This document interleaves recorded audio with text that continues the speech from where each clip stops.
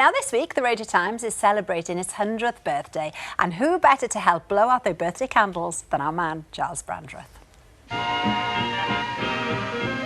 From the birth of the BBC to the advent of colour television and the streaming revolution, over the last century, broadcasting has seen all kinds of changes. And the one constant through all those years has been the Radio Times, which this month celebrates its 100th birthday. Big Ben chimes are Radio Times. The world's first broadcast listings magazine went on sale on the 28th of September 1923, and at its peak had a circulation of over 8 million copies. Shem Law is co-editor. He's been at the Radio Times for 22 years. I'm wearing my heart on my jumper. I have loved the Radio Times seriously all my life. Well, it's been a part of my life for about 50 years. Both my parents were illustrators, and here are a couple of my father's covers.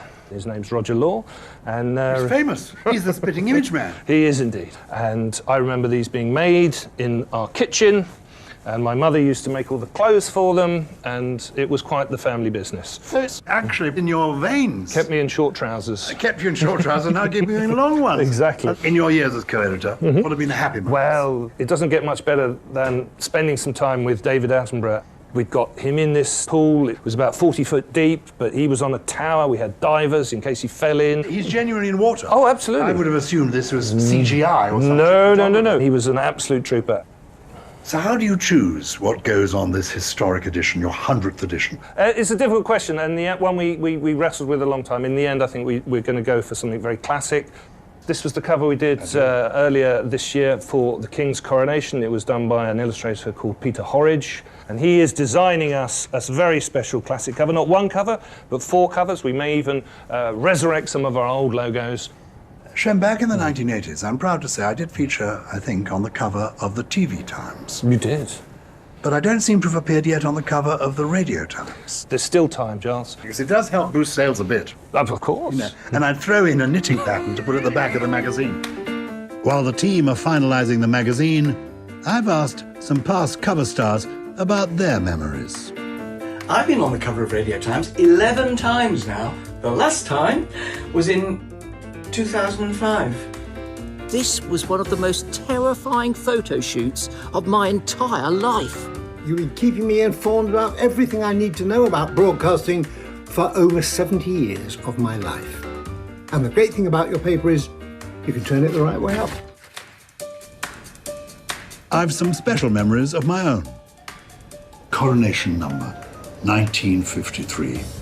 And that was the first time I remember watching television. And I do remember the moon landings, July 1969, and my dad woke us all up, made us gather around the set. And don't these people look young? EastEnders, a year of juicy gossip. There were some very good things on telly in the old days. Now what is there? Well, I suppose there's the one show. That's good, isn't it? I grew up with the Radio Times because my parents got it every week, and my mother marked up the programmes the family was going to watch. And actually, leafing through these old copies, going back literally 100 years, it is a century of this country's social history. Enough of the past. Today, with apps and a website, it's become more than just a listing magazine. There are now hundreds of channels, and there is a wealth of sometimes quite confusing choice. And so what we've become are curators and guides. Now, it even has its own podcast. Who controls the remote in your household? It's always under the piano or the cat's got it. A lot has changed in the last 100 years, but my love for the magazine remains. Happy birthday, Radio Times. Oh, happy birthday indeed.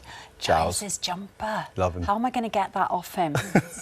Now then, one thing we know that has made the Radio Times listing this week is the return of Neighbours.